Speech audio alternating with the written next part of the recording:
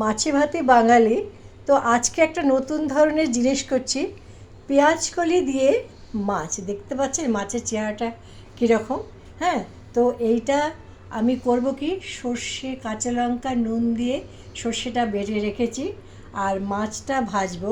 তারপরে আপনাদের step by step আমি আপনাদের বলবো, তো আপনারা দেখতে থাকবেন। হ্যাঁ, তো একবার বলেই দিই বরং। হ্যাঁ, মাছটা ভাজলাম, ভেজে পাঁচফোড়ন আর শুকনো লঙ্কা তেলের মধ্যে দিয়ে এই যে পেঁয়াজ কলিটা এটা ছেড়ে দেব। ছেড়ে দিয়ে কী করব, নুন হলুদ দিয়ে না, হ্যাঁ, নাড়াচাড়া করে এই যে সর্ষে বাটাটা দেখতে পাচ্ছেন এটা এতে দিয়ে দেব।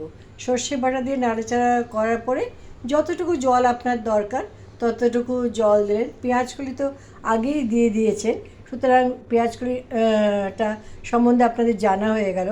এবার মাছটা যখন সর্ষেটা ফুটতে থাকবে তখন মাছটা দেবেন, কিন্তু ঝোলটা যেন মাখা মাখা হয়। তো মাছে ভাতে বাঙালির নামে আজকে পেঁয়াজকলি দিয়ে মাছ, এটাই আপনাদের কাছে জানালাম।